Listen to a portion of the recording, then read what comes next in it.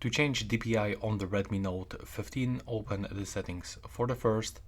Now go for the About phone and you have to keep tapping quickly on the OS version until you enable the developer options. Then you have to go back from this one, scroll all the way down, open additional settings, and now you have to go for the developer options. And when we are here, we have to just start scrolling a lot off, and we are looking for the DPI, which is located here, so we can find it under this animation scale. Click here, and now we've got two options. If you want to get the smallest possible DPI, let's put 100, and now take a look for the status bar, for example, or the navigation buttons. Now, as you can see, when I'm gonna do that, everything is much bigger. But if I want to change this for a smaller UI, I want to get everything smaller.